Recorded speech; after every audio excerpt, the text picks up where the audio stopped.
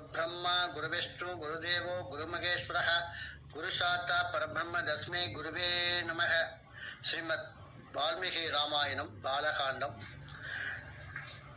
निर्विरोधेतु कृतौ तस्मिन् हयमेदे महात्मन प्रतिकृहय सुरावाहान् प्रति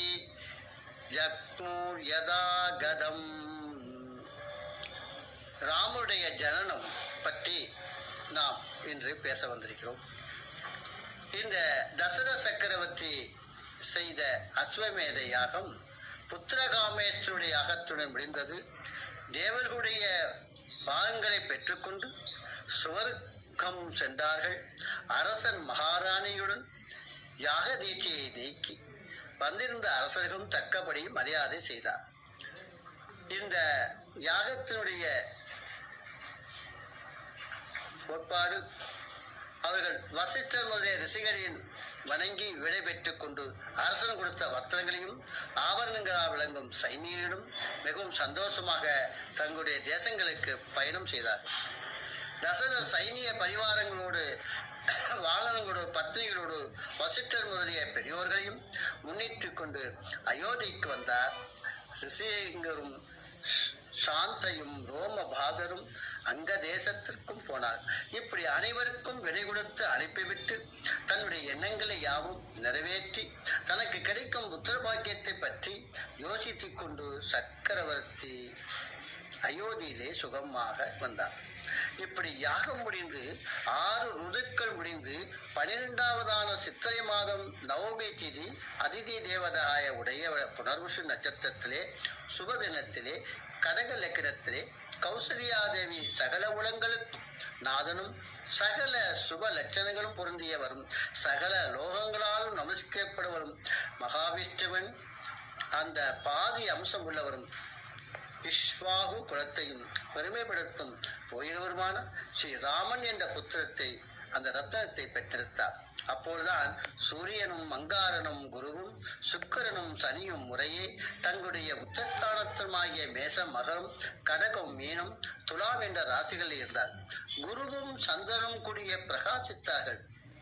ஆம், அந்த வஜ்ர பாணியான தேவேந்திரனை பெற்ற அதிதி தேவதை போல கௌசல்யா தேவி அந்த எல்லா எல்லையற்ற அந்த தேஜஸ் உள்ள அந்த புத்திரனை பெற்று மிகவும் அழகுடன் விளங்கினார்.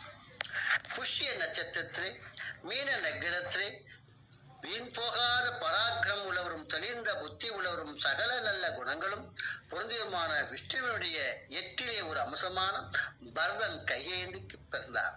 பிறகு ஆயிர நட்சத்திரத்திலே சூரிய உதயத்திலே பின்னர் மகாவீரர்களாகிய சகல அஸ்திர சாஸ்திர வித்தைகளில் நிபுணராகி விளங்கும் லட்சுமணும் அந்த சத்துருக்களும் சுமத்திய இடத்திலே பிறந்தார்கள். விஷ்ணுவினுடைய நாவில் ஒரு அம்சம் லட்சுமணிடத்தில் 8லே ஒரு அம்சம் அந்த சத்துருவிடத்திலே விளங்கியது. அவர்கள் இரட்டை பிள்ளைகள். நற்குணங்கள் பொருந்தி ஒருவருக்கொருவர் சமானமாய் புரட்டாதி உத்திரட்டாதி நட்சத்திரங்கள் போல காந்தியை உடைய அந்த 4 புதல்கள் அவதாரம் செய்த பொழுதுதான் கந்தவர்கள் மதுரமாய் பாடினார்கள், அப்பசர்கள் ஆடினார்கள், தேவ துந்துவி முழங்கியது, ஆகாயத்திலிருந்து புஷ்பமாரி பொழிந்தது, அயோத்தியாவாசிகள் மகோற்சவம் கொண்டாடினார்கள். ஜனங்களாலும் நாட்டியமாடுகளாலும் ஆட்டுவிப்பர்களாலும் பாட்டாலும் வாத்திய கோஷங்களாலும் அந்த குதகமாக வந்திகளாக ராஜ வீதிகளே நிறைந்தது. அப்போதுதான் தசரத சக்கரவர்த்தி பிராமணர்களுக்கு கணக்கில்லாமல் பசுக்களையும் திரவியங்களும் தானமாக கொடுத்து கொண்டே இருந்தார். இந்த சுத மகா வந்திதருக்கு விசேஷ விகமானம் செய்தார். திருக்குமாரர்கள் பிறந்த 13வது நாளிலே வசிஷ்ட மகரிஷி வெகு சந்தோஷத்துடன் கௌசல்யாவின் புத்திரன் ஸ்ரீராமன் என்றும் கைகேயின் புத்திரன் பரதன் என்றும் சுமத்திரிய புத்திரன் லட்சுமணன் என்றும் சத்ருக்கன் என்றும் பெயர் வைத்தனர். அப்போதுதான் தசரத நகரத்திலே நாட்டிலும் உள்ள பிராமணர்களுக்கு திருப்தியாய் அன்னமிட்டு அளவிட்டு ரத்னங்களை வாரி கொடுத்தார். அந்த ராஜகுமாரர்களுக்கு அன்ன பிரசானம் அதாவது சவுனம் உபநயனம் முதலிய சம்ஸ்காரங்கள் காலம் தவறாமல் வெளிப்படை செயல்படுத்தப்பட்டது. அவர்களுக்குள் அந்த விபஜத்தை போல விளங்கும் மூத்தவரான ஸ்ரீராமன் தன் பிதாவுக்கு அளவற்ற சந்தோஷத்தை உண்டு பண்ணுகிறவராய் பிரம்மாவைப் போல எல்லா பிராணிகளிடம் இஷ்டமுள்ளவராயும் இருந்தார்.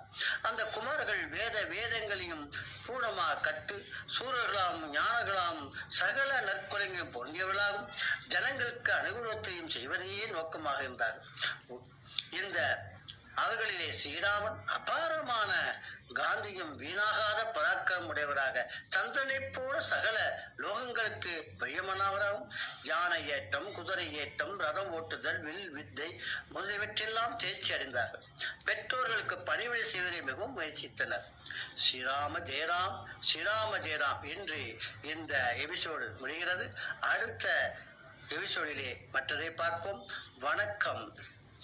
ஸ்ரீராம ராமேதி ரமே ராமே மனோகரமே சகத்தாம தத்தல்யம் ஸ்ரீராம நாம வராணனே என்று சொல்லிக்கொண்டு இன்று ஸ்ரீராம நவமியை முன்னிட்டு இந்த பாலகாண்டம் என்பது நமக்கு படித்து அதிலே நமக்கு பயன்பெற்று ஒவ்வொரு இல்லங்களிலும் ராமருக்கு பிடித்தமான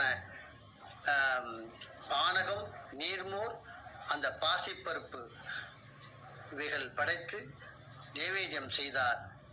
நமக்கு தசரதற்கு எப்படி புதல்வன் கிடைத்தார்களோ அதுபோல நமக்கும் பிள்ளை இல்லாதவருக்கு பிள்ளை பிறப்பார்கள், வேலை இல்லாதவருக்கு வேலை கிடைக்கும், திருமணமாக திருமணம் நடக்கும். இப்படி வைபங்கள் ஆற்றலே நல்லது நடந்து கொண்டே இருக்கும். எல்லோரும் எல்லா வளம் பெற்று ஸ்ரீராமனுடைய இந்த ஸ்ரீராமநவமியை கொண்டாடுவோம். வாழ்க வளமுடன். வணக்கம். உங்களுடன் விடைபெறுவது பம்மல் கோபால் சேது. வணக்கம்.